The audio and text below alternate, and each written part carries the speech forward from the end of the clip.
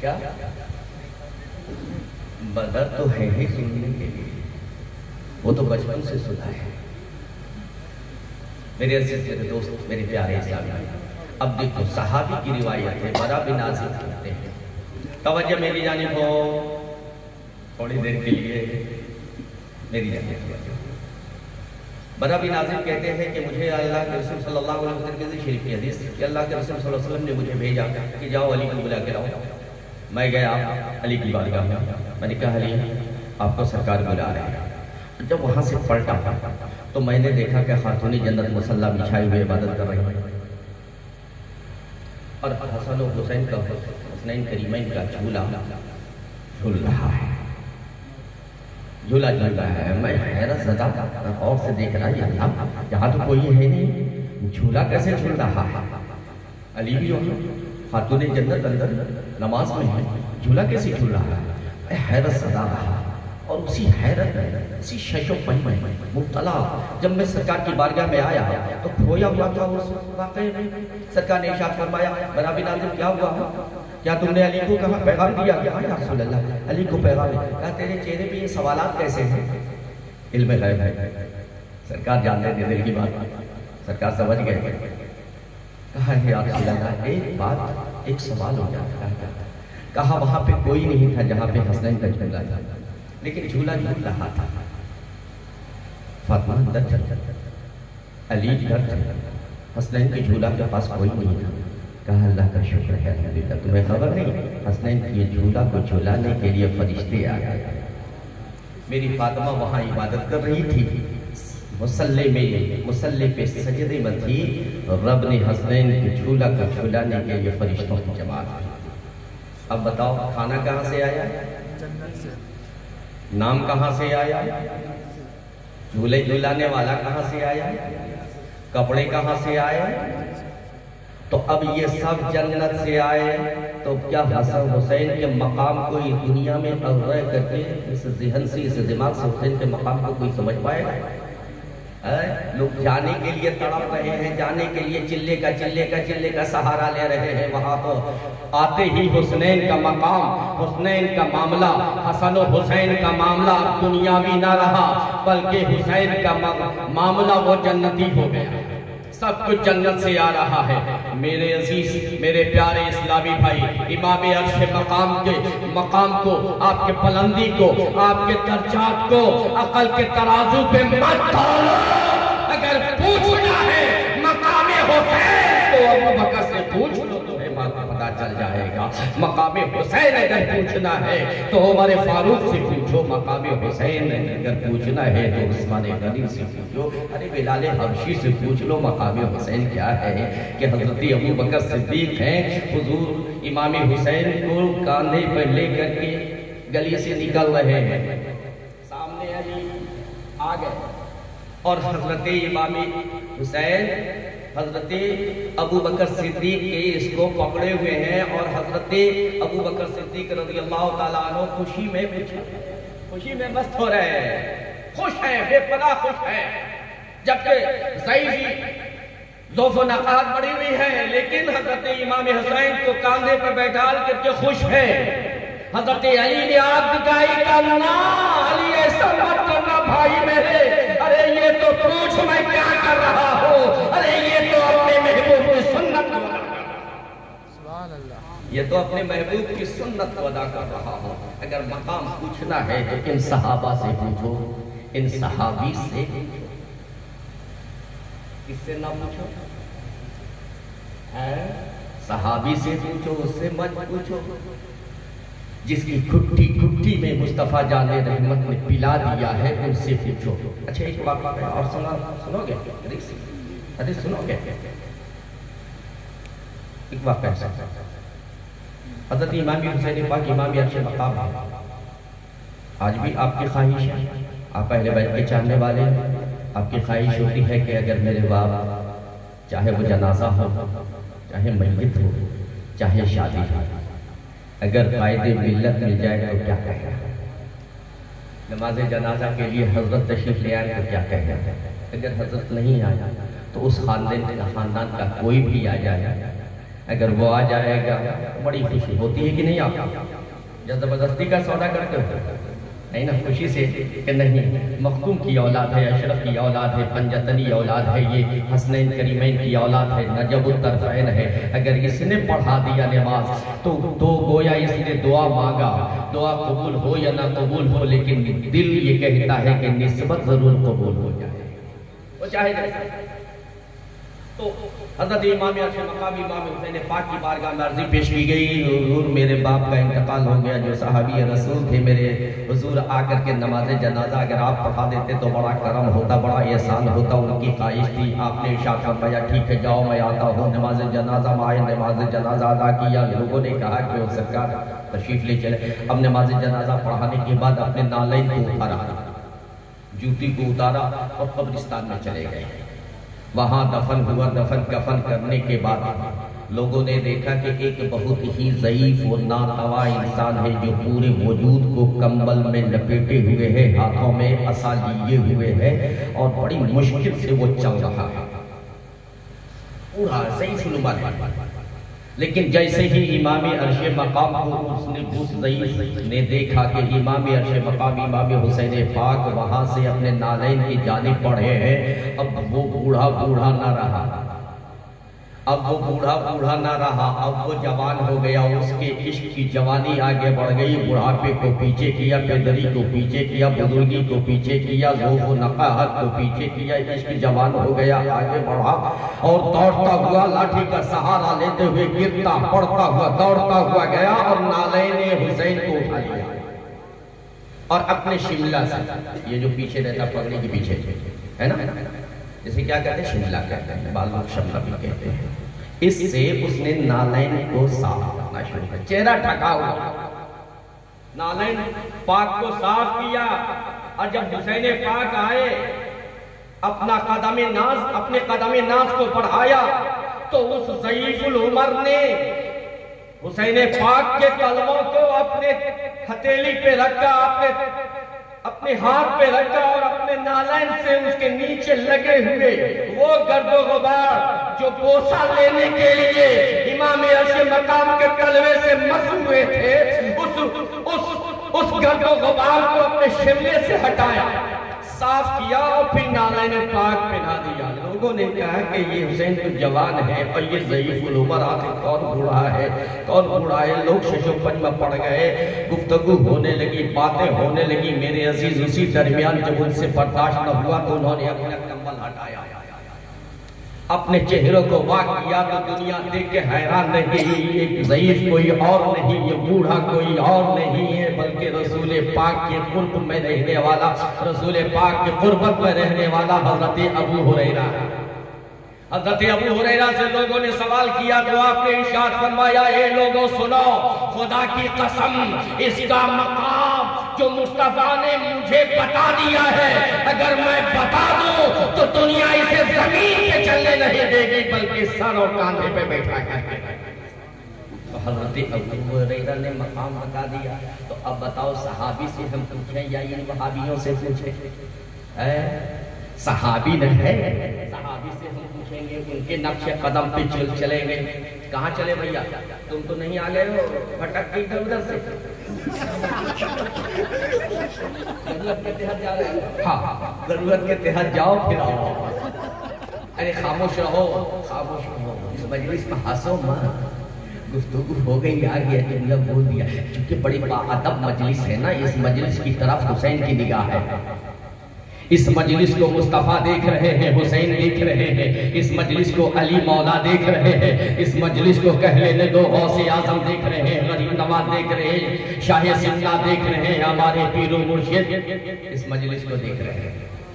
اس لیے باادب میرے عزیز میرے دوست، تو مقام حسین یہ ہے. میں نے اس لیے کہا کہ پہلے مقام بتا دوں، جب مقام آپ سمجھ لو گے کہ حسین کا مقام کتنا بلند ہے، اس کے بعد آؤ میدان جنگ.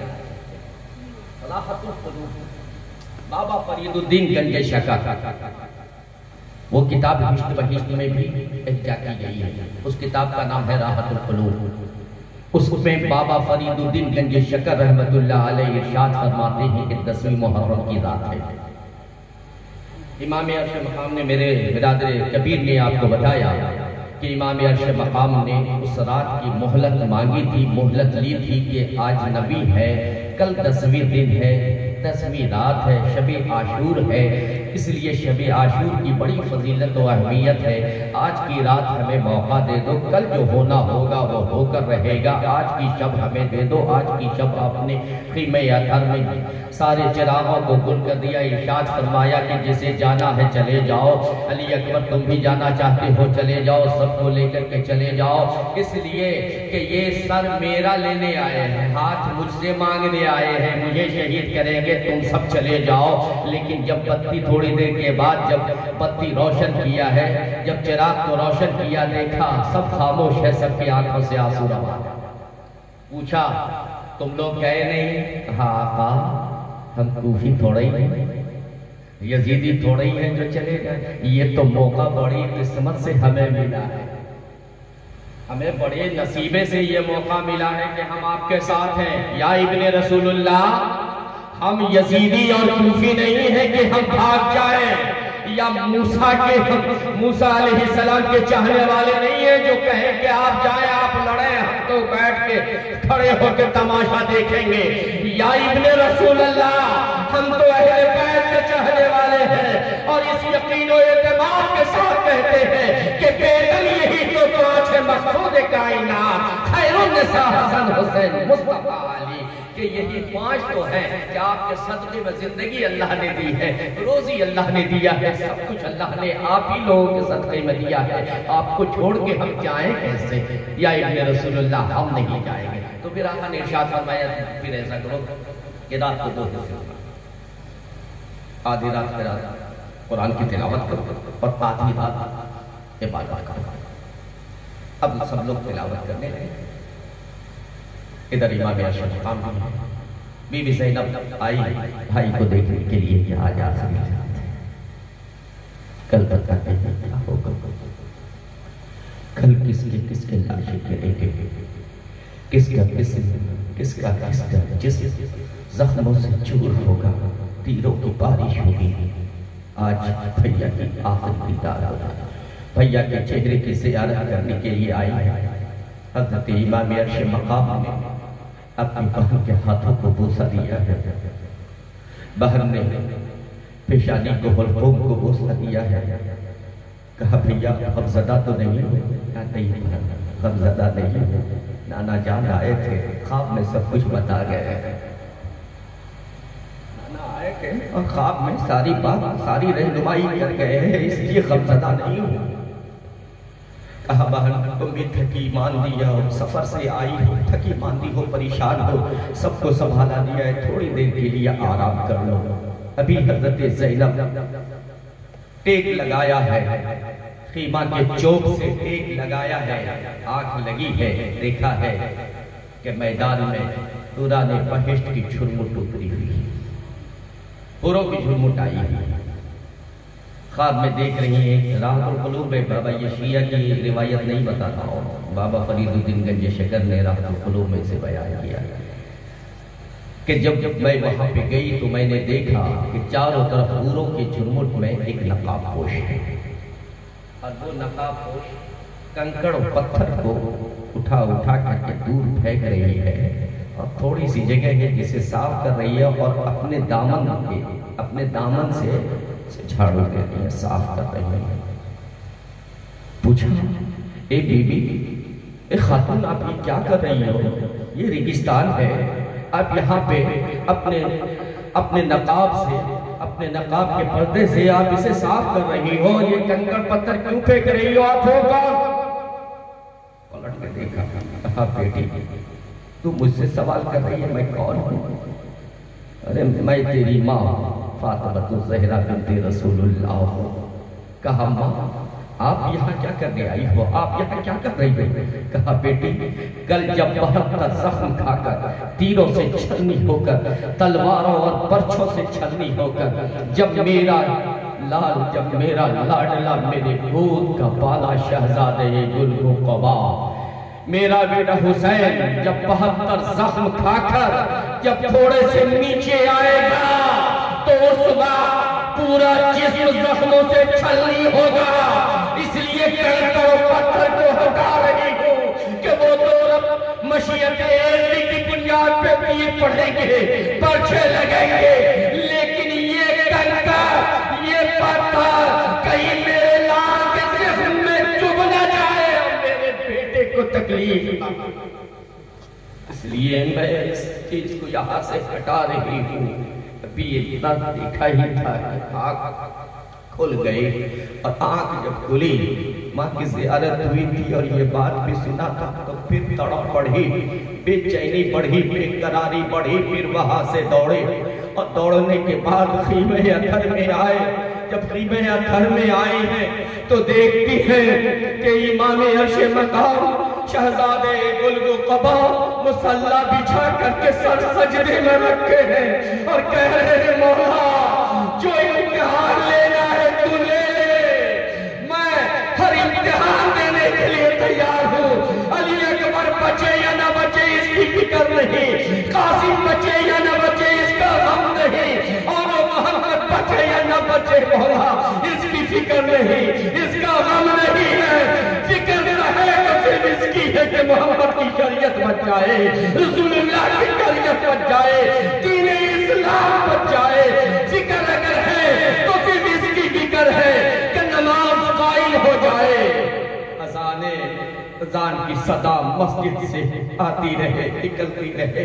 مولا مجھے غم ہے تو صرف اس بات کا غم ہے، اس بات کی فکر ہے کہ جو یزید کا منشا ہے یزید اپنے منشے میں فیل ہو جائے اور تیرے محبوب کی شریعت زندہ و تابندہ و سلامت رہے، تیرے شریعت کا دور دورہ ہو جائے۔ مولا فکر ہے تو صرف اس کی فکر ہے۔ حضرت بی بی زینب نے اونٹ سے بھائی کے چہرے کو دیکھا، بھائی کے آنسو کو دیکھا جو مصلی پہ گر رہے تھے، آنکھوں میں آنسو آ گئے۔ پہلی آخری زیارت کی ہے اور آخری زیارت کرنے کے بعد جب آپ پلٹی ہے تو دل میں ایک خیال آیا کہ میرا بھائی اکیلا ہے، میرا مایا اکیلا ہے۔ آج غور کرو، آج غور کرو کہ آج جس مشن کے لیے، جس مقاصد کے تحت میرے حسین نے، میرے آقا امام نے، ہم سب کے آقا حسین نے جس مشن کے لیے اتنی بڑی قربانی دی، اتنی بڑی قربانی دی، اتنی بڑی قربانی دی ہے کہ پورے گنبے کو پیش کر دیا ہے صرف شریعت کو بچانے کے لیے۔ آج شریعت سے کس طرح سے کھلواڑ کیا جا رہا ہے، آج 10ویں محرم کے نام پہ کس طریقے سے ڈھولک تاشے بجائے جا رہے ہیں، کس طریقے سے لوگ رنگ رلیاں مناتے ہیں۔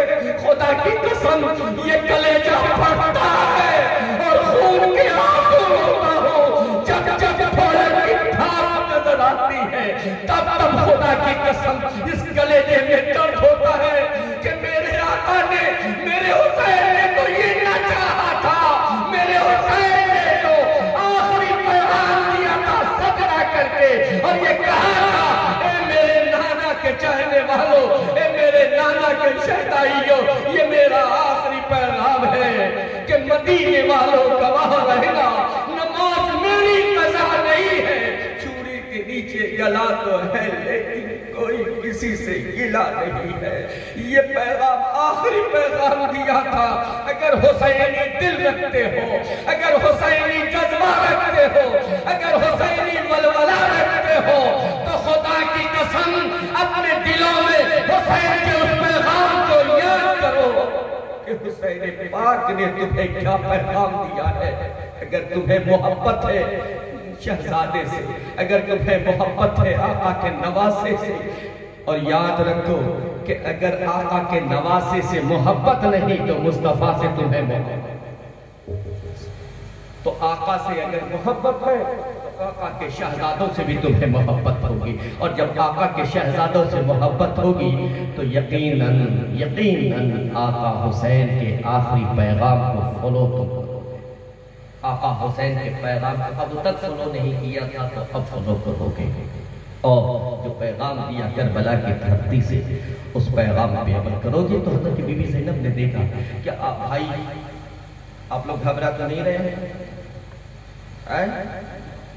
نہیں نہ گھبرا، سنیں گے جی تو آقا حسین اس کی زیارت کر کے حضرت زینب آنکھوں میں آنسو لیے ہوئے اور تڑپتی ہوئی گئی کہ آج تو بھائی میرا اکیلا ہے چلو کہتے ہیں علی اکبر سے کہ بھیا اکیلے ہیں خیمے میں ہیں پتہ نہیں کیا سوچ رہے ہوں گے بہت پریشان ہوں گے کل کے حالات کو سوچ کے اس لیے جاؤ وہاں پہ اور کیا کر کے وہاں پہ بیٹھو اور ان سے گفتگو کرو ان سے صلاح و مشورہ کرو تاکہ ان کا دل بہل جائے ان کا جی بہل جائے لیکن جب آتی ہے تو دیکھتی ہے خیمہ اطہر میں اہل بیت حرم اہل بیت کے خیمے میں کہ حضرت عباس علمدار تمام اہل بیت کے شہزادوں کو اکٹھا کیے ہوئے تھے اور وعدہ لے رہے تھے وعدے لے رہے تھے بچے سے لے کر کے بڑے تک سب سے کہ دیکھو یاد رکھنا کہ جب تک ہمارے جسم میں خون ہے جب تک اس دل میں دھڑکن ہے جب تک ہماری نبض چل رہی ہے جب تک ہماری سانسیں چل رہی ہے اسی ذات کے صدقے میں ہے اسی حسین کے صدقے میں ہے لہٰذا یہ جسم اور اس جسم کا آخری قطرے اور جسم کے سانس کا آخری حصہ جو ہے ان ساری چیزوں کا مالک حسین ہے اس لیے یہ ساری چیزیں جو مالک ہے اسی پہ قربان کر رہی ہیں اور جب تک ہم زندہ رہے تب تک حسین پاک کو میدان میں نہیں آنے اور ہر جوان بوڑھا بچہ ہر نے ہاتھ پہ ہاتھ دھر کے قسمیں کھائی پھر غلاموں کی طرف تھوڑا حوصلہ ملا کہ نہیں میرا بھائی اکیلا نہیں ہے میرے بھائی پہ نثار ہونے کے لیے نچھاور ہونے کے لیے قربان ہونے کے لیے یہ سب کے سب موجود ہے اور جب غلاموں کی مجلس میں گئے تو دیکھا غلاموں کی مجلس میں حبیب ابن مظاہر ہے زہیر بن قین بجلی ہے عبداللہ بن عمیر کلبی ہے یہ سب کے سب جو جانثار ہے جو وفادار ہیں جو امان و انصار ہیں وہ سب کھڑے ہیں بیٹھے ہوئے ہیں اور حبیب ابن مظاہر جو صحابی رسول بھی ہے حبیب ابن مظاہر کھڑے ہوتے ہیں اور کھڑے ہو کے سب کو واضح نصیحت کرتے ہیں اور سب سے اسی طرح کا لیتے ہیں وعدہ کہ جب تک ہم زندہ ہیں تب تک اہل بیت میں سے کسی کو بھی میدان جہاد میں نہیں جانے دیں گے ایک ایک کر کے ہم ان پہ اپنی جان لٹا دیں گے جب ہم جان اپنی لٹا دیں گے ہمارے بعد تب اہل بیت کی باری آئے گی لیکن جب تک ہم موجود ہیں اہل بیت کے کسی فرد کو ایک تیر تک لگنے نہیں دیں گے اور یہی ہوا میرے سلسلے میں یہی ہوا صبح صادق کا وقت طلوع ہوا علی اکبر نے آسان کے ہی امام عرش مقام امام حسین پاک نے فجر کی نماز ادا کی ہے فجر کی نماز ادا کرنے کے بعد ابھی بھی دو وظیفے میں ہے پاؤں پھوٹی ہے سورج طلوع ہوا ہے اور جب سورج طلوع ہوا ہے تو نقارہ بجنا شروع ہو گیا جب نقارے بجنے شروع ہوئے امام عرش مقام نے مصلی چھوڑا پتہ یہ چلا کہ جب عبادت کا وقت ہو تو عبادت کر لو اور جب عبادت کے کو پہنچانے کا وقت ہو تو مصلی چھوڑ کر کے میدان جہاد امام عرش مقام نے مصلی سمیٹا ہے اور سمیٹ کے رکنے کے بعد ارشاد فرمایا زہیر بن قین بجلی تم میمنہ سنبھالو اور آپ قلب میں رہے عباس علمدار کو علم تھمایا ہے زہیر بن قین بجلی کو میسرہ کی طرف دیا ہے حبیب ابن مظاہر کو میمنہ کی طرف دیا ہے اور تمام فوجیوں کو رکھا ہے اس میں ایک وفادار تھا جس کا نام حضرت حنفی ہے 18 سال کی عمر ہے نوجوان ہے تگڑا ہے جوان ہے نہایت حسین و جمیل ہے خوبصورت ہے لیکن اہل بیت کا شہدا ہے اہل بیت کا چاہنے اور ماننے والا ہے 40 افراد شہید ہو گئے 72 فوج بچے 72 میں سے وفاداروں میں سے 40 شہید ہو گئے 32 بچے جب 32 بچے تو عمر ابن سعد نے شمن ذی الجوشن سے محکم بن طفیل سے مشورہ کیا کہ یار اب تو 32 بچے ہیں تھوڑی سی جماعت ہے ابھی بیک وقت حملہ کر 1000-2000 ہمارے شہید ہوئے ہیں اور جو باقی بچے ہیں سب مل کر کے بیک وقت حملہ کر دیتے ہیں بہت چھوٹی سی جماعت تو بچی ہے اب کون لڑے گا یہ 3 دن کے بھوکے پیاسے ہیں یہ لڑنے کے قابل نہیں ہے حملہ کر دیتے ہیں حملہ کر کے سب کو شہید کرتے ہیں اور پھر جھنڈا بلند کر دیتے ہیں فتح و نصرت کا اب یہ سوچ کر کے جب وہ آگے بڑھے تو حضرت عباس علمدار آگے بڑھے اور کہا یا رسول اللہ یہ میرے آقا امام عرش مقام یہ پوری فوج بیک وقت حملہ کرنا چاہتی ہے سرکار آگے کیا حکم ہے جو آپ کہیں گے وہی کروں گا میرے آقا امام عرش مقام نے ارشاد فرمایا خندق کے باہر ہو جاؤ اور سنو، خندق کے باہر ہو جاؤ، گھوڑے سے نیچے اتر آؤ اور اپنے نیزے کی علی کو بلند کر دو اور ڈھال کو اپنے سروں پہ رکھ لو، جو تیر آئیں گے ڈھال پہ اسے روک لینا، جو نیزے کا وار ہوگا تلوار کا وار ہوگا اسے ڈھال پہ روک لینا، اور اپنے نیزے کی علی سے گھوڑے کے سم میں تم حملہ کرنا، 2 4 10 کو اگر تم نے مار دیا اور گھوڑا پٹک گیا تو اس کی فوج خود بخود تتر بتر ہو جائے گی، فوج اس کی خود بخود پیچھے ہٹ جائے گی۔ یہ سب کے سب تیار ہو گئے، لیکن حضرت حنفی نے دیکھا امام عرش بقا بیٹھ کے گئے، خیمے کے بیچ میں کھڑے ہوئے ہیں، سہارا لیے ہوئے ہیں چوک کا، ایک ہاتھ ہے جس کا سہارا لے کر کے اور انہیں ساتھ کی فوج کی طرف دیکھ رہے ہیں، کھوئے ہوئے غالب ہمیں نے چھوڑے کہ پھر جوش عشق سے بیٹھے ہوئے ہیں ہم تصور جانا دیے ہوئے ہیں۔ سرکار امام عرش مقام کی بارگاہ میں وہ سلامی پیش کرتے ہیں، حاضری دیتے ہیں، قدموں کو بوسہ دیتے ہیں، کہتے ہیں حاضر کے یا اہل رسول اللہ، میرے آقا آپ آقا ہیں، آپ کا ادب، آپ کی تعظیم، آپ کی تقریب ہم پر واجب ہے میرے آقا، لیکن کبھی کبھی ایسا بھی ہوا ہے کسی سفر میں کہ غلام آگے رہا ہے آقا پیچھے رہے ہیں، تو میرے آقا آپ اجازت دیں، تیروں کی بارش آپ کی جانب ہے، میرے آقا آپ مجھے اجازت دے دیں کہ میں ان تیروں کو روک لوں، خیمہ اطہر میں آنے سے پہلے ان تیروں کو روک لوں۔ حضرت امام عرش مقام نے اجازت دیا۔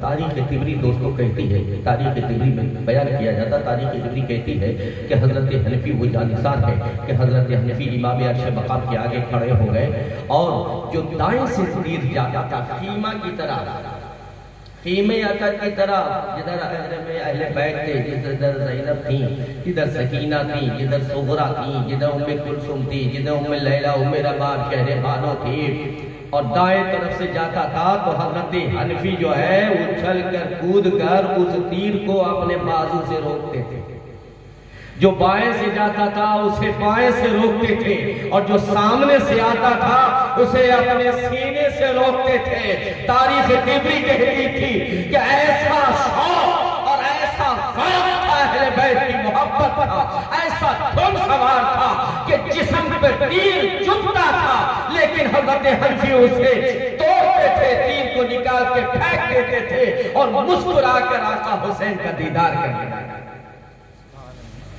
جسم زخموں کو سور ہو گیا، اور جب زخم جس تیروں سے چھلنی ہو گیا، ایسے لمحات میں دیکھا کہ اب ضعف و نقاہت بڑھتی جا رہی ہے، اب ٹالنا مشکل ہے۔ کیا عمر تھی میرے عزیز؟ بولو بولو بولو، 18 سال۔ کتنی امنگوں کی زندگی ہوتی ہے وہ، کتنی تمنا بھری زندگی ہوتی ہے، کتنی خواہشات ہوتے ہیں۔ کیا ان کے دل میں خواہشات تھی کہ نہیں؟ امنگیں تھی کہ نہیں؟ آرزویں تھی کہ نہیں؟ لیکن ان ساری امنگوں کو، ان ساری آرزووں کو، ان ساری خواہشات کو امام عرش مقام کے قدموں پہ قربان کر دیا۔ آج شیطان ہمیں بھی ڈالتا ہے، ہمارے دل میں بھی خیال آتا ہے چلو یار محرم میں توڑ لاٹھی لے کر کے ادھر ادھر ہنگامہ کریں، لیکن یہ توفیق نہیں ہوتی 10ویں محرم میں چلو مسجد میں قرآن کی تلاوت کر کے امام عرش مقام کی بارگاہ میں نظر پیش کرو، عاشورہ کی نماز ادا کر لے، عاشورہ کی دعا پڑھ لے، روزہ رکھ لے۔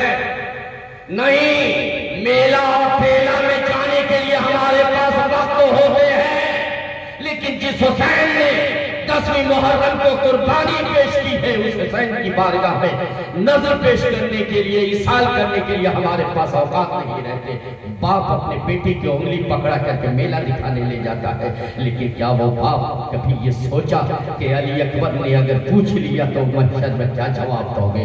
علی اصغر نے پوچھ لیا تو محشر میں کیا جواب دو گے؟ اور محمد نے پوچھ لیا تو کیا جواب دو گے؟ عباس اپنے کٹے ہوئے بازوؤں کو سامنے لا کر اگر تم سے سوال کر لیا تو بتاؤ تم کیا جواب دو گے؟ تو میرے عزیز، میرے دوست، اس دن سے ڈرو، اس دن سے خدا کا خوف پیدا کرو اپنے دلوں میں کہ اگر ان اہل بیت نے پوچھ لیا، جن پہ ہمیں ناز ہے، جن پہ ہمیں بھروسہ ہے، جن پہ ہمیں تکیہ ہے کہ ہمیں اور کوئی بچائے یا نہ بچائے، لیکن یہ اہل بیت ہمیں ضرور بچا جائیں گے۔ نہ طاعت پر، نہ تقوی پر، نہ زہد و اتقا پر ہے، ہمارا ناز جو کچھ ہے وہ پیارے مصطفیٰ پر ہے۔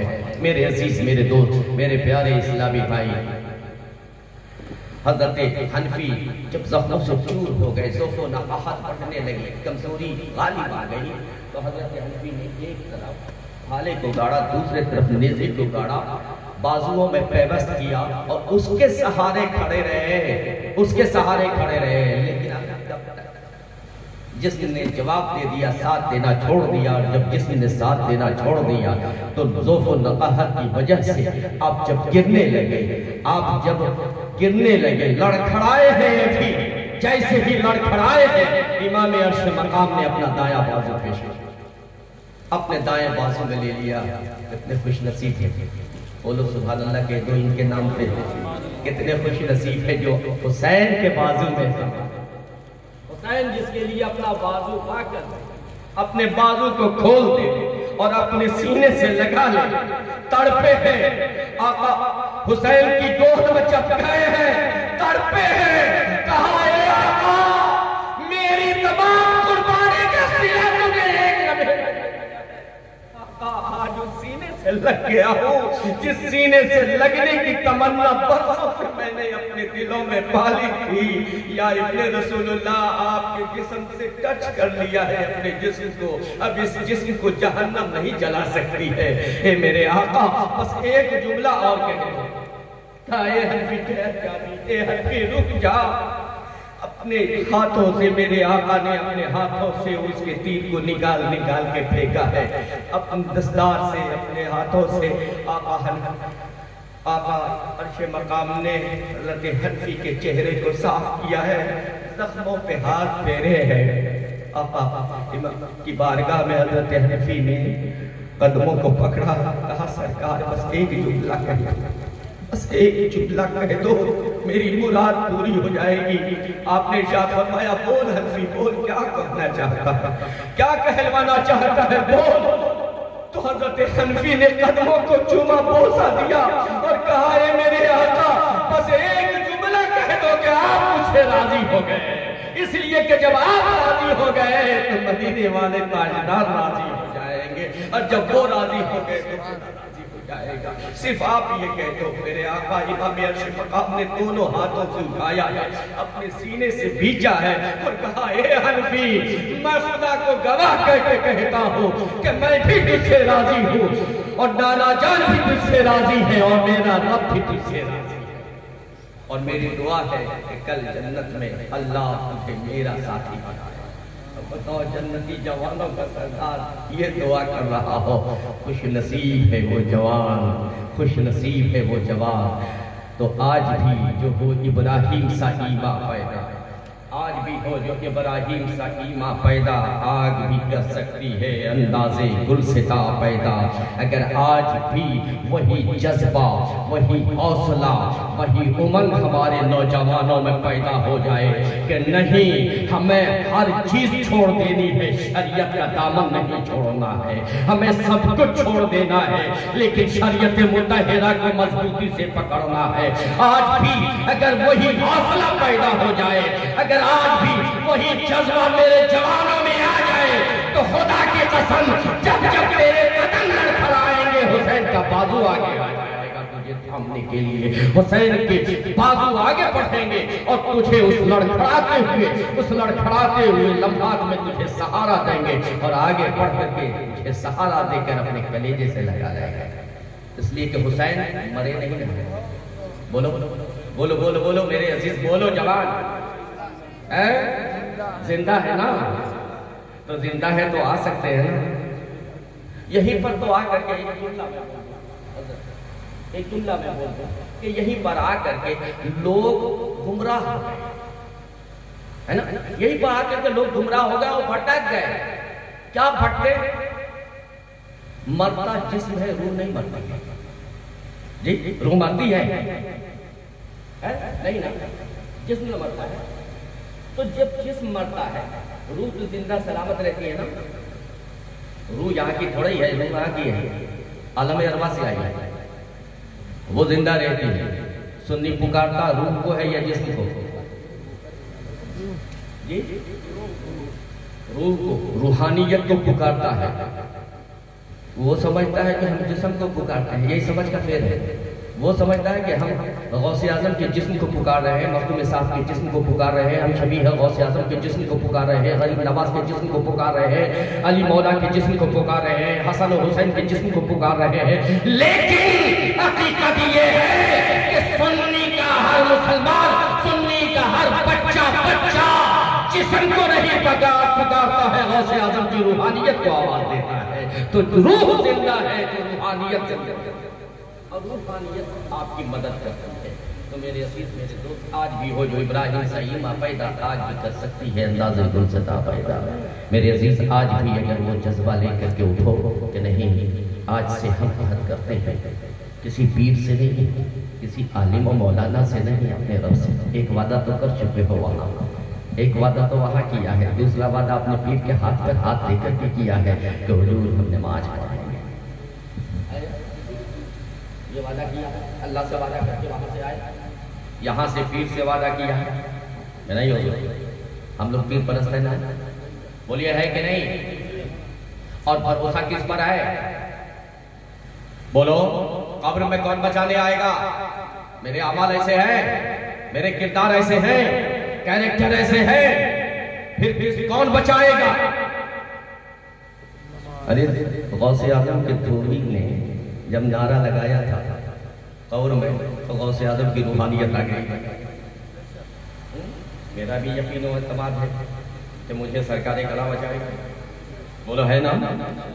تو جو وعدہ کیا تھا وہ وعدہ نبھاؤ گے تب تو آئیں گے. وعدہ کر کر کے وعدہ خلافی کر جاؤ گے تو وہ ناراض ہوں گے یا پیار کریں گے؟ ناراض ہوں گے نا. تو اس لیے جو وعدہ کیا ہے پیر سے، جو سرکار کلا سے وعدہ کیا ہے، قائد ملت سے وعدہ کیا ہے، شیخ اعظم سے وعدہ کیا ہے، اللہ کے واسطے شرمسار اپنے پیر کو مت کرو.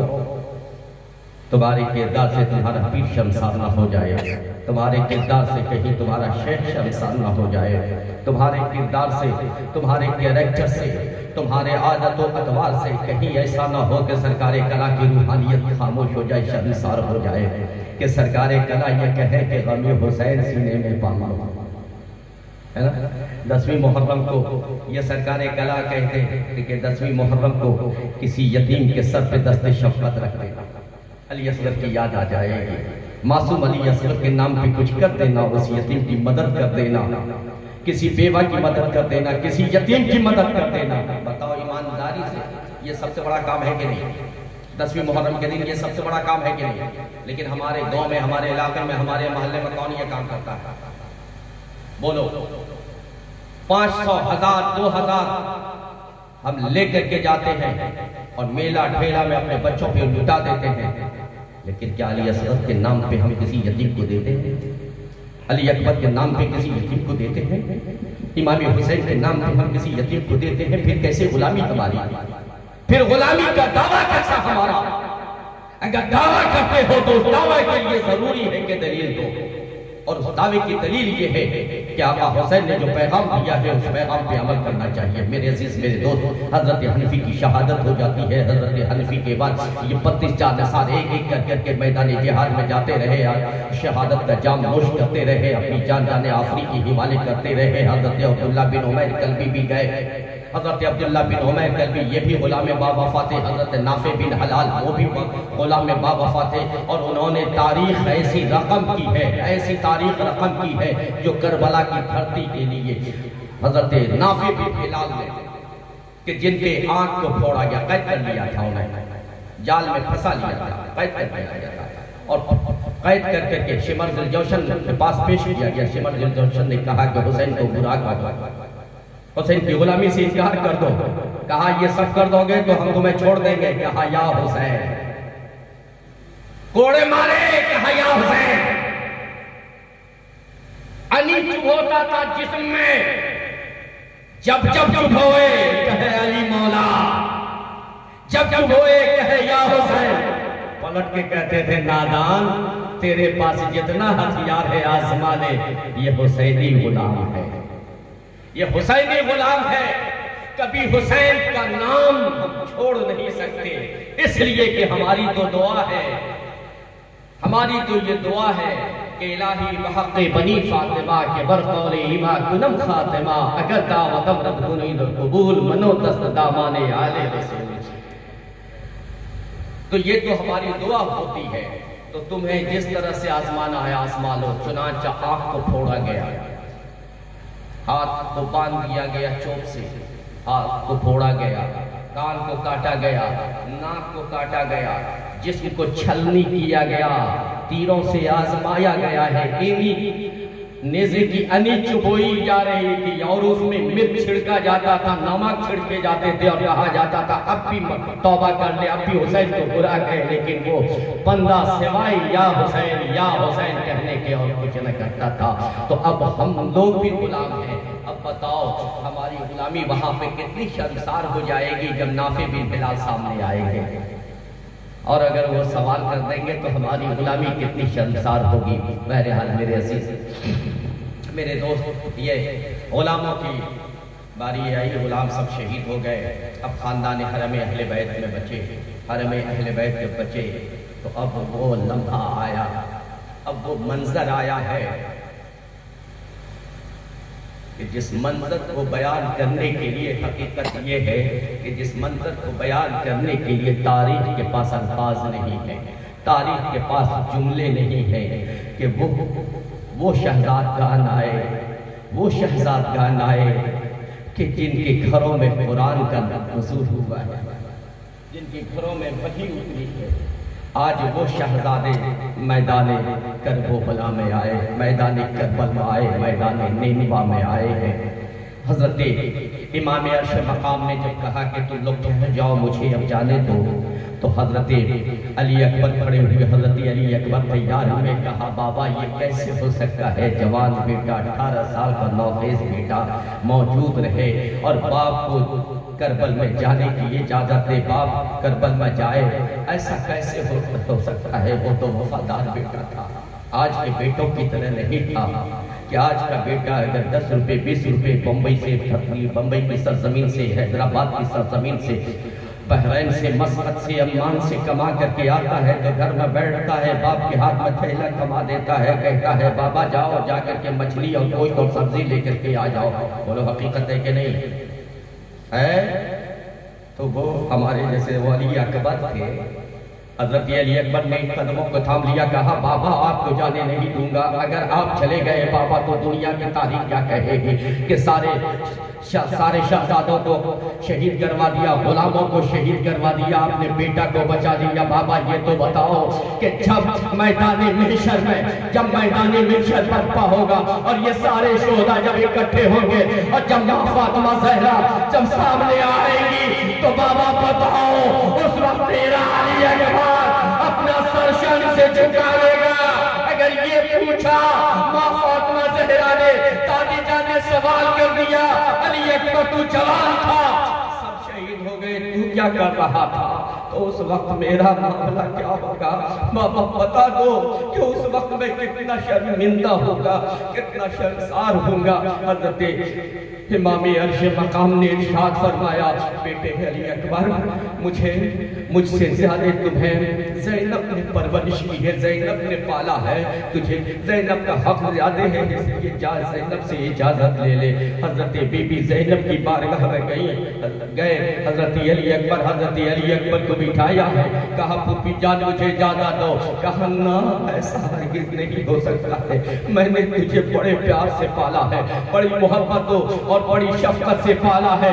ارے جب نانا جان کی یاد آتی تھی, نانا جان کی یاد میں جب میں تڑپتی تھی تو تجھے سامنے کھڑا کر دیتی تھی, تیرے لب و رخسار کی زیارت ہوتی تھی اور نانا جان کی فرقت ختم ہو جاتی تھی, دیکھ لیتی تھی تو ایسا محسوس ہوتا تھا کہ نانا جان کی زیارت ہو گئی ہے. اس لیے بیٹا تو نہ جا, بلکہ میں تجھ پر اپنے بیٹوں کو وار دیتی ہوں. اور محمد کو تیار کیا, کہا بھائی جان میں نے سنا ہے, نانا کی ایک حدیث ہے, الصدقۃ رد البلا, صدقہ جو ہے وہ بلاؤں کو رد کرتی ہے. تو اس لیے بھائی جان مجھے اجازت دے میں آپ پر سے صدقہ اٹھا دوں. کہا بہن اس بے کسی کے عالم میں اس بے بسی کے عالم میں جب کھانے کو کچھ نہیں، پینے کو پانی نہیں، بہن تم کیا صدقہ کرو گی؟ تو کہا بھائی میرے 2 ہیرے میرے پاس ہیں، 2 لال میرے پاس ہیں، اگر آپ اجازت دو تو میں اسے صدقہ کر دوں۔ تو امام عرش مقام نے ارشاد فرمایا بہن یہ کیسے ہوگا، یہ کیسے ہوگا، اس کی کیسے میں اجازت دوں کہ میں تمہاری گود کو اجاڑ دوں، میں تمہاری گود کو سونی کر دوں، یہ کیسے میں اجازت دوں گا؟ لیکن فوری قدموں کو پکڑا، دامن کو پکڑا، کہا بھیا جب میں چلی تھی تو عبداللہ نے کہا تھا سنو تم تو جا رہی ہو اپنے بھائی کے ساتھ، نانا جان کی یہ وصیت تھی، نانا جان نے یہ خوشخبری دیا تھا، بشارت دیا تھا میدان کربل، اگر ویسا لمحہ آ گیا تو سنو میرے دونوں شہزادوں کو تیار کر کے کربل میں بھیج دینا، کیوں؟ اس لیے کہ میرا خون بھی وہاں کی شہادت میں شریک ہو جائے گا۔ کہا ہوا بابو بھیا نیند آ رہی ہے، ظاہر نیند کا وقت ہے، زبردستی میری محبت میں نہ کہو، ہے نا؟ کیا ہوا؟ 1:49 ہو گیا، پانی پینا ہے، ذرا یاد کر لو کربلا، تھوڑی دیر رک جاؤ، تھوڑی دیر رک جاؤ، ثواب مل جائے گا۔ ویسے پانی پلا دو، پانی لے جا کے پانی پلاؤ، پانی پلاؤ، اس لیے کہ پانی پلانا آج کے دن ثواب کا کام ہے نا، ہمیشہ پانی پلانا ثواب کا کام ہے۔ بہرحال میرے عزیز میرے دوست، حضرت امام عرش مقام سے حضرت بی بی زینب نے اجازت دی، بڑی مشکل سے اجازت دیا، بڑی مشکل سے، بڑی محنت کرنی پڑی، اور جب حضرت امام عرش مقام نے اجازت دیا ہے تو نہ وہاں تیل ہے، نہ وہاں کنگھی ہے، نہ وہاں پانی ہے، نہ وہاں کوئی اور شے ہے کہ جس سے اپنے لال کو سجایا جائے، جس سے اپنے لاڈلے کو سوارا جائے۔ حضرت زینب نے اپنے ہاتھوں سے کنگھی بنا کر کے حضرت اون محمد کو کے بالوں کو سوارا ہے، اور حضرت اون محمد کو ننھی سی چھوٹی سی تلوار پکڑائی ہے، چھوٹے سے ڈھال پکڑائے ہیں، اور پکڑانے کے بعد کہا دیکھ میرے لال، دیکھ میرے بیٹے، جب تو کربل میں جائے گا، میدان میں جائے گا، ان ظالم لوگ کے بیچ میں، دیکھو وہ نانا کے دشمن نہیں، ہم سب کے دشمن ہے بیٹا، شریعت کے دشمن ہے، قربان جاؤ زینب، بی بی زینب کی کنیزوں، قربان جاؤ حضرت زینب کے حوصلے پہ، 2 ہی لال ہے، 2 ہی گوہر ہے، لیکن دیکھو کس طریقے سے تیار کروا رہی ہے، کس طریقے سے تیار کر رہی ہے، ہاتھوں میں تلوار دیا چھوٹی چھوٹی، ہاتھوں میں ڈھال دیا ہے، کہا بیٹے جب وہاں جانا نا اور ان لوگ پوچھیں کہ کون ہو تم، تو مت کہنا کہ میں بھانجا ہوں، مت کہنا کہ میں بھانجا ہوں، پھر کیا کہوں گا امی جان؟ سنو جب وہ پوچھے کون ہو تو کہو گے کہ میں حسین کے کنیز کا بیٹا ہوں، حسین کے کنیز کا بیٹا ہوں۔ کہا ٹھیک ہے، وفادار بیٹے تھے، کہا بیٹا جاؤ، اور جیسے ہی وہاں قریب جانا وہ ایسے وار کریں گے، قربان جاؤ علی کی بیٹی ہے، علی کی لفظ جگر ہے، بتایا ایسے وار کرے تو سنو تلوار ڈھال کو ایسے کر دینا، اور چونکہ وہ لمبے لمبے ہوں گے، اونچے اونچے ہوں گے تو اس تک تو نہیں پہنچو گے، لیکن اس کے قدم تک تو تم پہنچ جاؤ گے نا، بس نیچے سے وار کر دینا۔ لیکن لڑنا کیا تھا، بچے تھے، معصوم تھے، لڑنا کیا تھا، حق جہاد ادا کرنا تھا۔ میرے عزیز میرے دوست اجازت دیا، پوری طرح سے کہا مامو جان کی قدم بوسی کرو، جاؤ مامو جان کی قدم بوسی کیا، قدم بوسی کر کے جب باہر نکلے ہیں، خیمہ اثر سے جب نکلے ہیں تو ماں کی ممتا چکر کے ماں کا پیار بٹایا، ماں کی دودھ میں آواز لگائی کہ زندگی اٹھ کر رہی، ارے 2 ہی لال ہے تیرے پاس، 2 ہی گوہر ہے، 2 ہی بیٹے ہیں تیرے پاس، اور تو ان دونوں بیٹوں کو جہاد میں بھیج رہی ہے، میدان میں بھیج رہی ہے، قوم اشقیہ کے پاس بھیج رہی ہے، کیا تمہیں امید ہے یہ واپس آ جائیں گے؟ کیا تمہیں امید ہے یہ واپس آ جائیں گے؟ کیا تمہیں امید ہے کہ یہ دونوں جا کے فوج قوم اشقیہ کو ختم کر دیں گے؟ ارے تو بھی ماں ہے، ماں ہے تو نے اسے دودھ پلا کر کے بڑا کیا ہے، بڑی محنت و مشقت سے تو نے اسے اس دنیا میں لایا ہے۔ حضرت زینب کی ممتا تڑپی ہے، اور جب ممتا تڑپی ہے تو خیمے کے قریب گئی، چوک کو پکڑا، کہا بیٹے اور محمد پلٹ کر کے جب دیکھا انہوں محمد نے تو آپ نے دونوں ہاتھوں کو با کر دیا ہے، اپنے ہاتھوں کو پھیلایا ہے. دونوں ننھے ننھے معصوم بچے دونوں وہاں سے تڑپے اور تڑپنے کے بعد آئے اور ماں کے کلیجے سے لپٹ گئے، ماں کے سینے سے لپٹ گئے. آپ نے لپٹایا ہے، کہا بیٹا مجھے معاف کرنا، بیٹا مجھے معاف کرنا. ماں کی ممتا سامنے آ گئی تھی، لیکن اے میرے لال کل میدان محشر میں مجھے شرمسار مت کر. ادھر اقرار کی بیٹی ہوں، بیٹے جاؤ. ارے یہ دو کیا، اگر 1,00,000 بھی ہو تو وہ بھی دین محمدی کے لیے قربان ہے. میری بہنوں، میری بیٹیوں، میری عزیزوں، میں آپ سے بس یہی پوچھنا چاہتا ہوں کہ دیکھو حضرت زینب ہے، اپنے بیٹوں کو تیار کر کے جہاد میں بھیج رہی ہے، طریقہ بھی بتا رہی ہیں اور جہاد میں بھیج بھی رہی ہیں اس یقین کے ساتھ کہ وہ واپس نہیں آنے والے ہیں. لیکن کیا تمہیں توفیق ہوئی کہ تم بھی کنیز زینب ہو، تم بھی زینب کی کنیز ہو، زینب کی نوکرانی ہو، زینب کہ صدقے میں تم دعا مانگتی ہو؟ کیا تمہیں اللہ نے یہ توفیق کبھی دی کہ تم اپنے بچوں کو سجا کے سوار کے جب آذان کی آواز بلند ہو تو تمہیں جہاد میں نہیں بھیجنا ہے، للہ اپنے بچوں کو سجا سوار کر کے مسجد کا راستہ دکھلا دو. زینب کی قربانی کا حق وصول ہو جائے گا. زینب کی جس چیز کے لیے اپنے بیٹوں کو بھیجا ہے، یاد رکھنا کل محشر کے میدان میں اگر زینب نے تمہارا دامن پکڑ کے تھام کر کے اگر تم سے یہی سوال کر دیا تو بتاؤ تمہارے پاس کیا جواب ہوگا؟ صرف نعرہ اور صرف زبان سے دعویٰ کرنے سے نہیں ہوتا ہے، اس دعوے کی دلیل دینی پڑتی ہے. اور دعوے کی دلیل یہ ہے کہ اگر انہوں نے میدان جہاد میں بھیجا ہے، تم اپنے بچوں کو، اپنے شوہر کو تیار کر کے مسجد کا راستہ دکھاؤ. شریعت کا ماحول اپنے گھروں میں بناؤ. جس چیز کو بچانے کے لیے امام عرش مقام نے وہ قربانی دی ہے، آپ اس چیز کو اپنے گھروں سے قائم کرو. جب تمہارے گھر میں قائم ہوگا تو پھر یہ دوسرے گھر میں، تیسرے گھر میں، پھر پورے محلے میں، پورے سماج میں، پھر امام عرش مقام کا مشن پورا ہو جائے گا. میرے عزیز، میرے دوست، یہ دونوں بچے کو جدا کیا ہے اور پھر بھیجا ہے. ارشاد فرمایا بیٹے جا اور مجھے معاف کرنا. لیکن حضرت اولو محمد گئے، لکھنا کیا تھا؟ حق جہاد ادا کرنا تھا.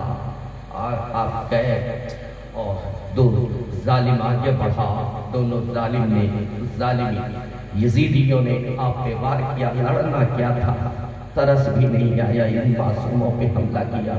اپنی مردانگی دکھائی، اپنی جمع مردی دکھائی، اپنے تلوار کا زور دکھایا، اپنے قوت کی، اپنے بازوؤں کی قوت دکھائی اور ان ننھے ننھے معصوم بچوں پہ وار کیا ہے. اور معصوم بچوں پہ جب وار کیا ہے تو ایک آواز دی، یا ماں ادرکنی، مامو جان توڑو.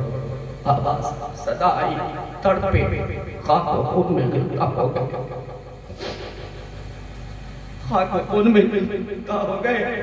خون کا فوارہ چلا، پھول سا چہرہ کملا گیا، زرد پڑ گیا، جسم سے خون نکلے، جسم زرد پڑ گیا. آواز لگائی، ابن سعد نے، شبر نے آواز لگائی، حسین اپنے بہن کے لالوں کو لے جاؤ. وہ کیسا جگر تھا، وہ کیسا قلب تھا، وہ کیسا حوصلہ تھا، وہ کتنا بڑا پہاڑ تھا جو حسین ابن علی پہ ٹوٹا تھا. میرے عزیز، میرے دوست، لے کر کے امام عرش مقام گئے.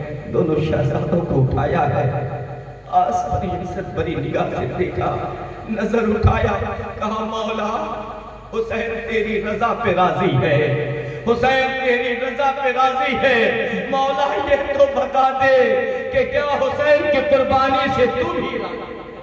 آواز آئی، یا ایتھا النفس المطمئنہ ارجعی الی ربک راضیۃ مرضیہ فادخلی فی عبادی وادخلی جنتی.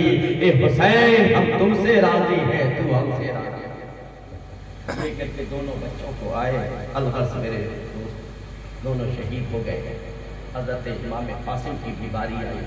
حضرت امام قاسم بھی شہید، حضرت علی اکبر بھی شہید، حضرت عباس علمدار بھی شہید. تھوڑا سا سنو. تک گیا ہوں اور تھوڑا سا وہاں کے بعد کا ایک دو چیز بیان کر سکتا ہوں اس لیے کہ واقعات کربلا تو آپ بہت سنتے ہیں، ماں باد کربلا کے اور کب رات میں بیان کرتے ہیں کربلا کے واقعات تو اکثر سنا کرتے ہیں آپ میرے عزیز میرے دوست حضرت امام عرش مقام، کیونکہ وقت 2 بج چکے ہیں اور مسلسل اللہ کا شکر ہے کہ سرکاری کلام کا کرم و احسان ہے کہ مسلسل لگاتار بولنے کی وجہ سے بدن بھی تو مشین بھی ہے اور کل جو ہے کل مسلسل 3 جگہ ایک دن میں 3 جگہ خطاب کرنا پڑا، کل 3 جگہ خطاب کیا اور پھر بدوا چرچ شریف فاطمہ سے وہاں سے صبح کے وقت وہاں سے چلا ہوں اور 9 بجے 9 بجے پھر میں پہنچا ہوں یہاں پٹنہ اسلام نگر میں۔ میرے عزیز میرے دوست یہ سب شہادت جب ہو جاتی ہے اور ان سب کی شہادت کے بعد خیموں کو آگ لگا دیا جاتا ہے، خیموں کو آگ لگا دیا جاتا ہے، 1 خیمے 2 خیمے 3 خیمے، اور کیفیت کا کیا ہے؟ جس نے بچایا خلق کو جہنم کی آگ سے، جس نے بچایا خلق کو جہنم کی آگ سے، افسوس اس کی آل کے خیمے بھی جل گئے، افسوس اس کی آل کے خیمے بھی جل گئے۔ اب خیمے کو جلانا شروع کیا ہے، ایک طرف سے حضرت بی بی سکینہ کی جسم میں آگ لگی، کپڑے میں آگ لگی، حضرت سکینہ معصوم سے سکینہ ہے 7 سال 8 سال 9 سال کی، زیادہ 10 سال کی ہوگی۔ اب اس حال میں وہ آگ لگی، کپڑے میں آگ لگا ہے، بھاگتی ہوئی گئی، اور کیسے لگی آگ؟ آپ کے کانوں میں 2 بالیاں تھیں جو حسین پاک نے حسین اعظم نے پہنائی تھی۔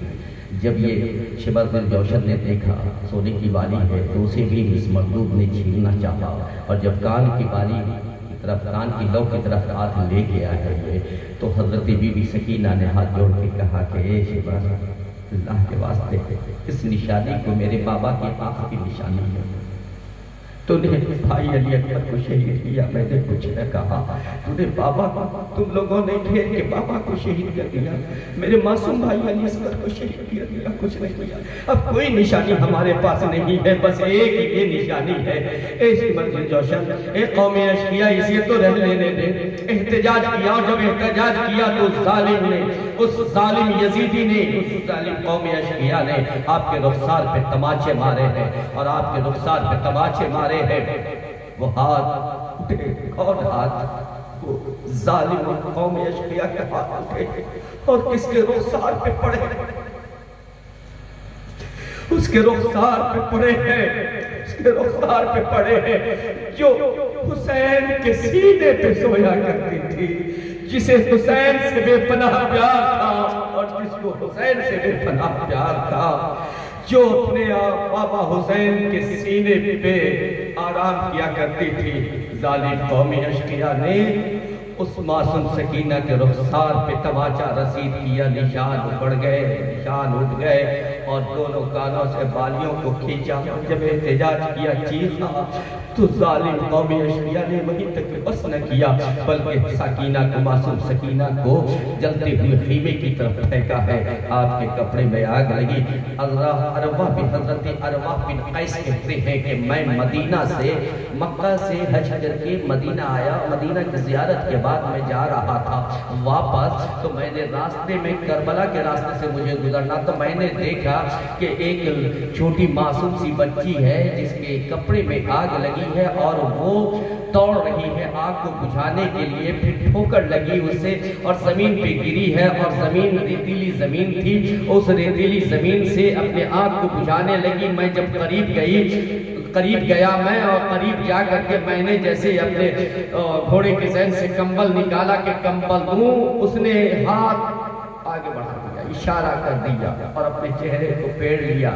ٹھہر جا میرے قریب مت آنا، ارے میں کوئی اور نہیں ہوں، حسین کی بیٹی سکینہ، تو غیر محرم ہے، میرے قریب مت آنا، تو ظالم ہے، تو عروہ بن قیس کہتے ہیں میں نے ہاتھ اٹھا کہا حضور میں اہل بیت کا چاہنے والا ہوں، میں غلام با وفا ہوں، حضور آپ اسے قبول فرما لیں۔ اور پھر میں نے کمبل دور سے پھینکا ہے اور کمبل میں انہیں ڈھکا ہے۔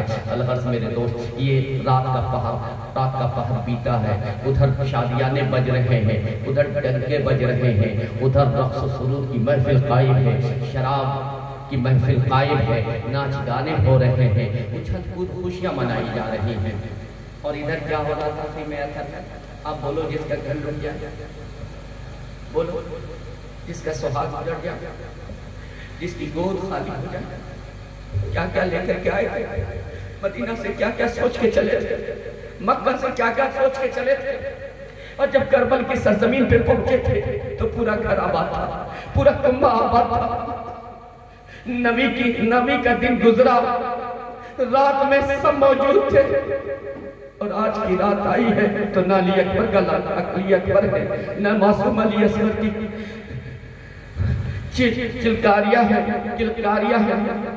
نہ تو اون و محبت ہے، نہ قاسم ہے، نہ عباس صلی اللہ ہے، کوئی نہیں، اب علم اٹھانے والا بھی نہیں ہے، اب خیمے کی محافظت کرنے والا بھی کوئی نہیں ہے۔ اگر ہے تو ایک عابد بیمار ہے، اگر ہے تو ایک سجاد ہے تو ایک علی اوسط جو خود بیمار ہے۔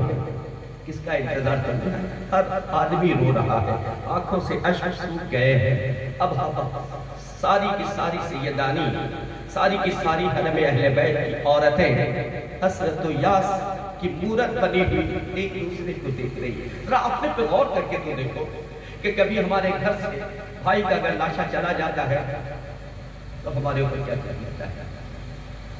کوئی خوشی بولو، کوئی خوشی ہم کرتے ہیں؟ اگر عید کا دن 2-4 روز کے بعد عید کا دن رہتا ہے تو ہم کپڑے بناتے ہیں، اپنے بال بچوں کے کپڑے بناتے ہیں؟ نہیں۔ اگر محرم یا ربیع الاول یا کوئی بھی میلہ ٹھیلا کا دن آ گیا تو کیا ہم میلہ ٹھیلا میں جاتے ہیں بچے کو لے کے گھمانے کے لیے؟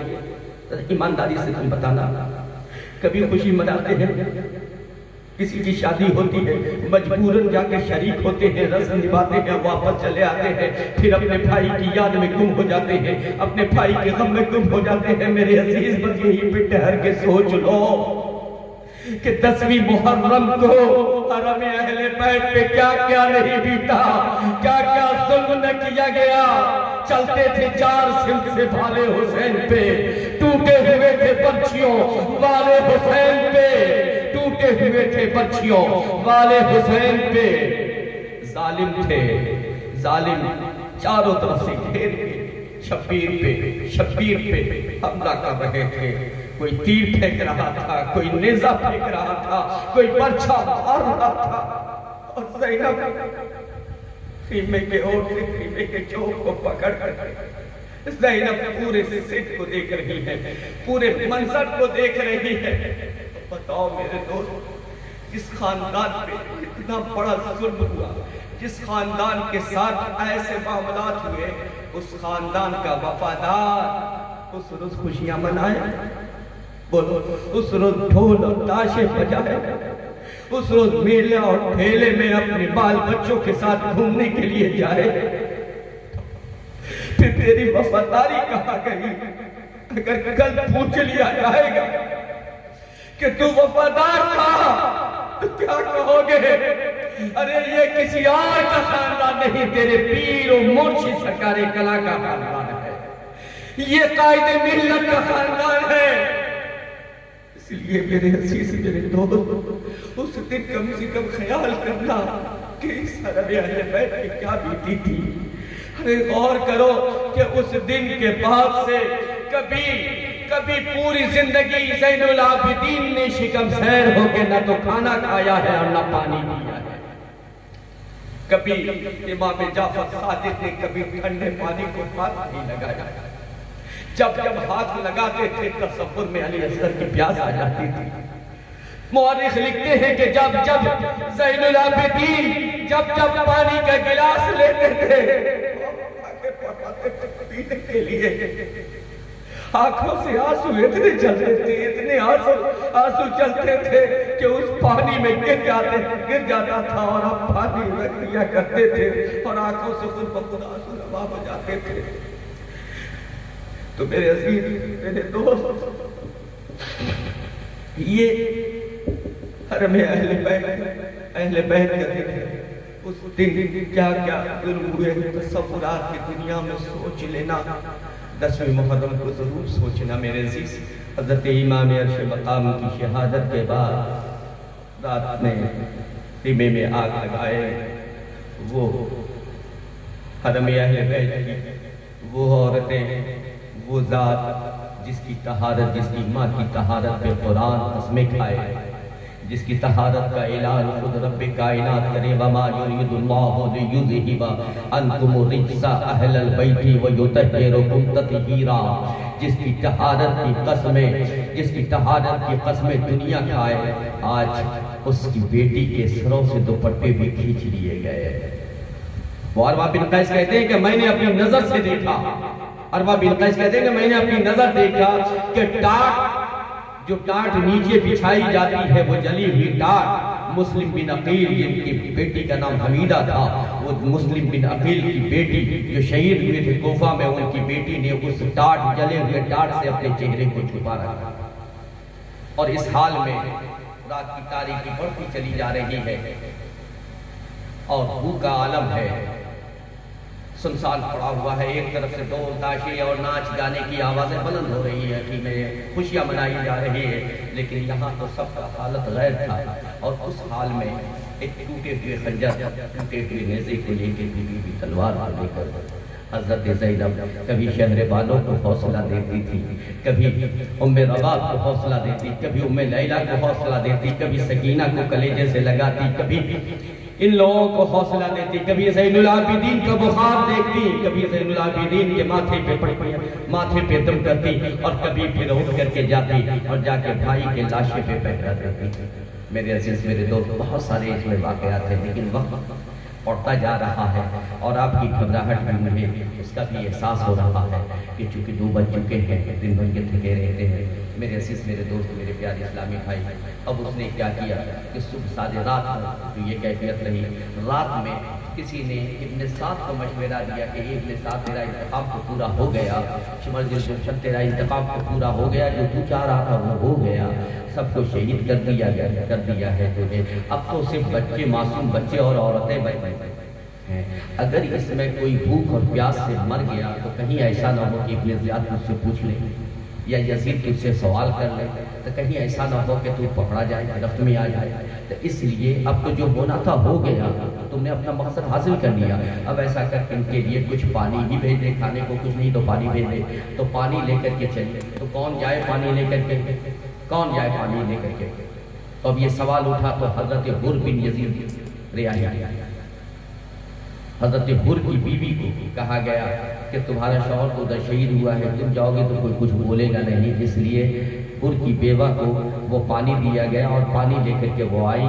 رات کا ایک پہر گزر چکا تھا دوسرے پہر کی آمد تھی سب طرف بھوک کا عالم تھا. ایسے حال میں ڈرتی ہوئی حضرت حر کی بیوہ آئی قریب آئی جب دیا گیا کہ پانی آپ لوگ اسے پی لیں تو حضرت بی بی سکینہ کو حضرت زینب نے بلایا کہا بیٹا قریب آؤ اور یہ پانی پی لو. کہا کیوں؟ کہا اس لیے کہ تم سب سے چھوٹی ہو پہلے تم پی لو. کہا نہیں بابا نہیں پھوپھی جان پہلے آپ پی لیں. بابا نے کہا تھا پھوپھی کا خیال رکھنا. بابا نے کہا تھا کہ پھوپھی کا خیال رکھنا پھوپھی کی خدمت کرنا ماں کی خدمت کرنا. کہا بیٹے تمہارے بابا نے یہ بھی کہا تھا مجھ سے کہ زینب میری بیٹی سکینہ کو کبھی یتیمی کا خیال نہ ہونے دینا کبھی یتیمی اور ایکسیری کا غم نہ ہونے دینا. اس لیے اے سکینہ تم سب سے چھوٹی ہو اس لیے سب سے پہلے تم پیو تمہارا حق سب سے پہلے ہے. تو انہوں نے سوال کیا کہ جو چھوٹے ہوتے ہیں وہ سب سے پہلے پیتے ہیں تو بھی بتاؤ نا. کہا ہاں وہ جو سب سے چھوٹے ہیں انہیں سب سے پہلے دیا جاتا ہے. تو آپ نے کہا کہ ٹھیک ہے پھر مجھے دیجیے. آپ لیا ہے اور لے کر کے بیک وقت کھڑی ہوئی ہے اور دوڑ لگا دیا ہے. حضرت سکینہ دوڑ لگایا تو حضرت زینب میں حیرت رہ گئی کہ یہ کہاں گئی ہے. اب جو پلٹ کر کے دیکھا تو یہ دوڑتی ہوئی چلی جا رہی ہے. آواز دیا سکینہ ٹھہر جا. سکینہ کہاں جا رہی ہے لیکن حضرت معصوم سکینہ ہے کہ اب خاموشی کا نام نہیں ہے. سکینہ آگے بڑھی ہے اور پڑھنے کے بعد ایک جگہ جا کے ٹھہر جاتی ہے، بیٹھ جاتی ہے۔ حضرت زینب قریب سے قریب تر جب ہوئی اور جب دیکھا تو حضرت بی بی سکینہ کو اس حال میں دیکھا کہ علی اصغر کو اٹھا کر گود میں لیے ہوئے ہیں۔ معصوم سکینہ علی اصغر کے لبوں سے وہ پیالہ لگا رہی ہے اور کہہ رہی ہے بھیا تو روتا تھا نا پیاس کے لیے نا، لے تیری بہن پانی لے کر آئی ہے، اب ناراض مت ہو، واپس آ جا میرے بھائی اور یہ پانی کے قطرات کو پی لے۔ لیکن حضرت علی اصغر تو شہید ہو چکے تھے اور یہ کہتے کہتے حضرت سکینہ کا سر جھک جاتا ہے اور بھیا یعنی معصوم علی اصغر کے جسد اطہر پہ، آپ کے جسد اطہر پہ اپنا سر رکھ کر کے بے ہوش ہو جاتی ہے، پانی کا پیالہ گر جاتا ہے۔ حضرت بی بی زینب جاتی ہیں، معصوم سکینہ کو اٹھاتی ہیں، لے کر کے چلی آتی ہیں۔ کیفیت یہ ہے میرے دوست، اس حال میں شام غریبہ اسی کو کہتے ہیں۔ رات بیت گئی، صبح صادق کے وقت ایک ایک کو قید کیا گیا، سب کے سر قلم کیے گئے اور سب کے سر کو قلم کر کے نیزے کی تنی میں چبویا گیا اور اس نیزے کو بلند کر دیا گیا۔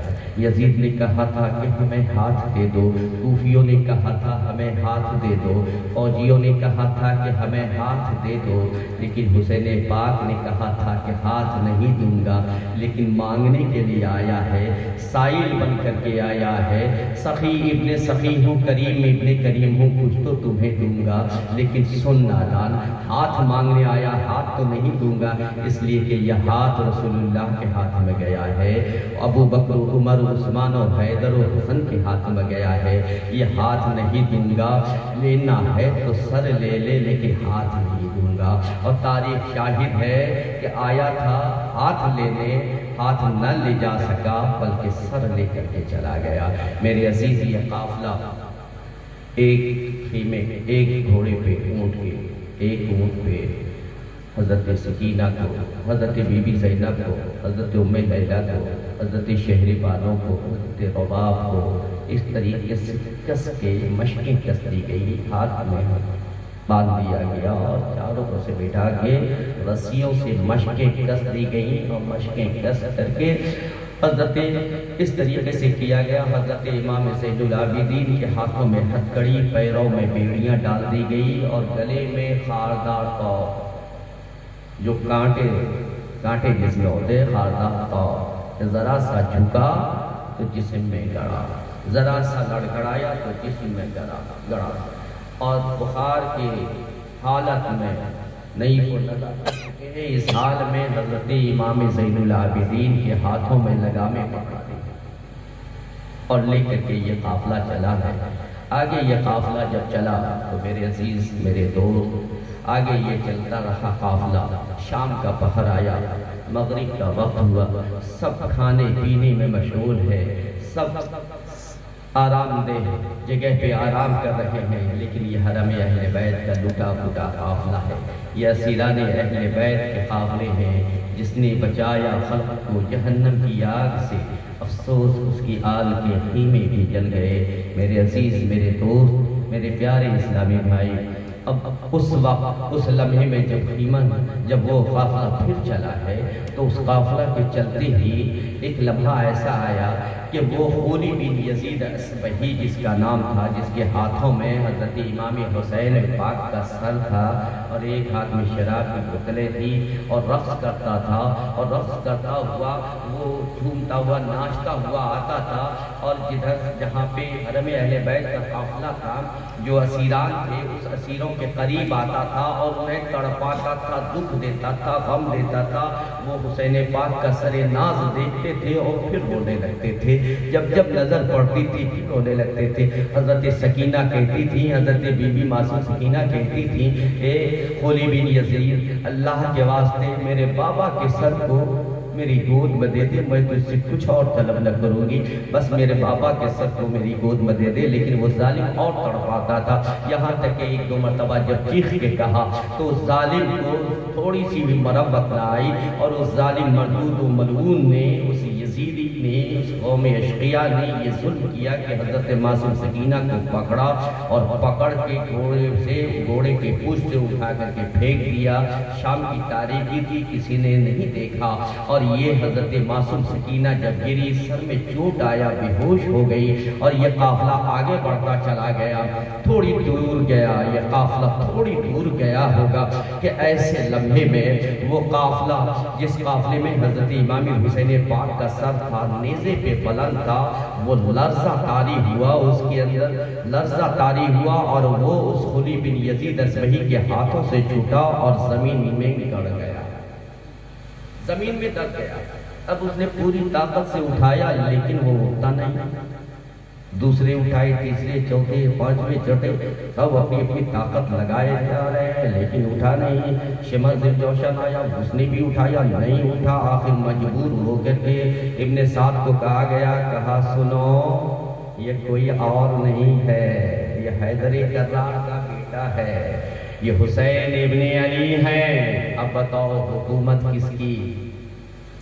یہ فوج تو سب اس کی ہے لیکن حکومت کس کی؟ جب تک چاہا حسین چلے، فوج چلی، قافلہ چلا، اور جب چاہا قافلہ ٹھہر گیا، جب چاہا رکنا رک گیا۔ تو اب میرے دوست، میرے عزیز، اس شمس ذوالجوشن نے کہا ایسے نہیں چلے گا۔ اس نے چمڑے کا کوڑا نکالا کمر سے اور امام زین العابدین کے پشت پہ برسانا شروع کر دیا، یہاں تک کہ چمڑے ادھڑ گئے، خون سے شرابور ہو گئے۔ حضرت امام زین العابدین نے ایک نظر مدینے کے جانب کیا ہے، نظر اٹھائی ہے اور مسکرانے لگے۔ جب پڑا کوڑا تب نظر اٹھائی، دیکھا، مسکرا دیا۔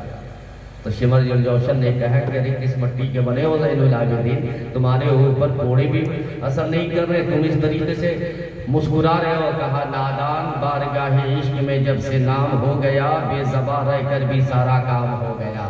ارے نادان، تو نے عشق کی کتاب پڑھی ہی نہیں، عشق کے مدرسے میں داخلہ ہی نہیں لیا۔ ارے نادان سن، جب تیرے کوڑے اٹھتے ہیں اور تیرے کوڑے میرے جسم پہ پڑتے ہیں، مصطفیٰ کا مسکراتا ہوا چہرہ سامنے آ جاتا ہے اور حضور اپنی زیارت کروا دیتے۔ میرے عزیز، میرے دوست، اب اس طرح سے معاملہ یہ ہوا۔ اس نے پوچھا کہ کہو بابا کو چلے، کیوں نہیں چلتے؟ تو آواز آئی، اے زین العابدین، میں کیسے چلوں؟ ان ظالموں نے سکینہ کو پیچھے پھینک دیا ہے۔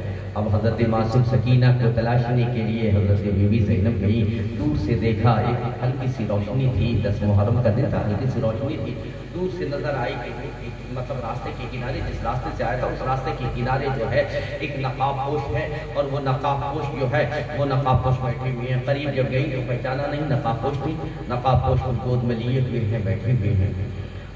اور جب آپ نے پوچھا کہ اے بی بی کے خاتون، کیا تم نے میری بچی کو دیکھا ہے، سکینہ کو دیکھا ہے؟ انہوں نے نقاب ہٹایا، پردہ ہٹایا، دیکھا یہ اس معصوم سکینہ ہے، گود میں پڑی ہوئی ہے، رو رہی ہے۔ کہا آپ کون ہیں بی بی؟ آپ کا بڑا کرم ہے، آپ کا بڑا احسان ہے کہ آپ نے ایک یتیم کو، ایک اسیر کو، ایک یتیم کو، ایک بے سہارے کو سہارا دیا ہے۔ کہا بیٹی زینب، تو نے اسے تو پہچان لیا، مجھے نہیں پہچانا۔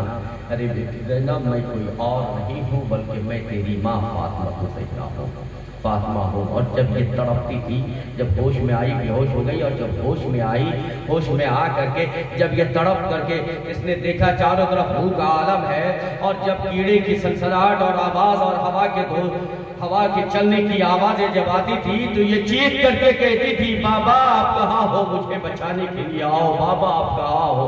بابا آپ کہاں ہو؟ تو بابا حسین تو بہت تھکے ہوئے تھے، حسین تو وہاں نہر فرات پہ، حسین تو وہاں نہر کوثر پہ ابھی کوثر پی کے آرام کر رہے، بہت تھکے ہوئے تھے، لیکن اس کی صدا مجھ سے برداشت نہیں ہوئی۔ میں نے رب سے اجازت مانگی اور اسے تسلی تشفی دینے کے لیے روحانیت کے طور پہ میں آ گئی ہوں، اور میں نے اس بچی کو سہارا دیا ہے، لو اسے سنبھالو اور اسے سنبھال کر کے لے کے جاؤ۔ میرے عزیز، میرے دوست، یہ ساری قربانیاں اگر دی گئی ہیں، یہ سارے اگر ہوئے ہیں، یہ ساری کاوشیں، ساری محنتیں اگر کی گئی ہیں تو ایمانداری سے بتاؤ کس کے لیے کی گئی ہے؟ کیا مسجد ہماری خیر آباد ہو اس کے لیے، یا محرم الحرام کے ان 10 دنوں میں ہم خوشیاں منائیں اس کے لیے، یا پیغام امام حسین کو ہم بھول جائیں اس کے لیے، یا صرف امام حسین کو انہی 10 دن تک ہم یاد کریں اس کے لیے نہیں میرے عزیز، میرے دوست، میرے پیارے اسلامی بھائی، میری ماں بہنوں، اس لیے نہیں امام عرش مقام نے، حضرت بی بی زینب نے یہ قربانیاں دی ہیں، بلکہ اس لیے قربانیاں دی ہیں تاکہ ہماری مسجدیں آباد رہے، ہمارے بچے نمازی ہو، ہمارے بچے قرآن کے قاری ہو، شریعت کا دور دورہ ہو، اور شریعت محمدیہ پہ ہم بھی خود بھی چلیں، ہم اپنے بال بچوں کو بھی چلاویں کہ محمد سے وفا تو نے تو ہم تیرے ہیں، کہ محمد سے وفا تو نے تو ہم تیرے ہیں، یہ جہاں چیز ہے کیا لوح و قلم تیرے ہیں، اور اسلام تیرے چاہنے والے نہ رہے، ارے تو جس کا چاند تھا افسوس اب وہ والے نہ رہے۔ میرے عزیز، میرے دوست، میرے اسلامی بھائی، اللہ کی بارگاہ میں دعا ہے کہ اللہ رب العزت ہم سب کے اس شب کو قبول فرما لے، شب بیداری کو قبول فرما لے، اور یہ شب ہم لوگ شب بیداری کر کے ذکر حسین سن کر کے، شہادت حسین سن کر کے، اپنے آنکھوں سے آنسوؤں کا نذرانہ جو ہے وہ سیدہ کی بارگاہ میں ہم نے پیش کیا ہے کہ سیدہ آپ اسے قبول فرما لے، آپ یہ ہماری شب بیداری کو قبول فرما لے، اور للہ اپنے بابا کی بارگاہ میں ہم سب کی مغفرت کی دعا فرما دے، اپنے بابا سے کہہ دے، آپ جو کہہ دو گی اپنے بابا سے یقیناً آپ کے بابا اسے رد نہ کریں گے، بلکہ اپنے نواسوں کا ٹکڑا ہم سب کے دامن میں ڈال دیں گے۔ ہمیں اور زیادہ کچھ نہیں چاہیے، بلکہ آپ کے شہزادوں کی دربانی، شہزادوں کا ٹکڑا چاہیے، اس در کا جھوٹا ٹکڑا چاہیے، اور ہماری خواہش یہ ہے کہ اس دنیا میں بھی رہیں تو اہل بیت کا خادم اور وفادار جانثار بن کے رہے، یہاں بھی پہریدار بن کے غلام بن کے رہے، اور جب وہاں ملے وہ جگہ ملے تو جنت میں پہریداری کے لیے تھوڑی سی جگہ مل جائے دربانی کے لیے، کہ آپ کے شہزادوں کا دربان وہاں کے بن کے رہے، اور یہاں بھی ہم آپ کے شہزادوں کے دربان بن کے رہیں۔ وقفہم انہم مسئولون۔ اللہ کی بارگاہ میں دعا ہے کہ اللہ اس امتحان میں ہمیں اور ہمارے تمام بھائیوں کو، تمام سنی مسلمانوں کو اس امتحان میں کامیاب و کامرا فرمائے۔ وآخر دعوانا ان الحمدللہ رب العالمین۔ السلام علیکم ورحمۃ اللہ وبرکاتہ۔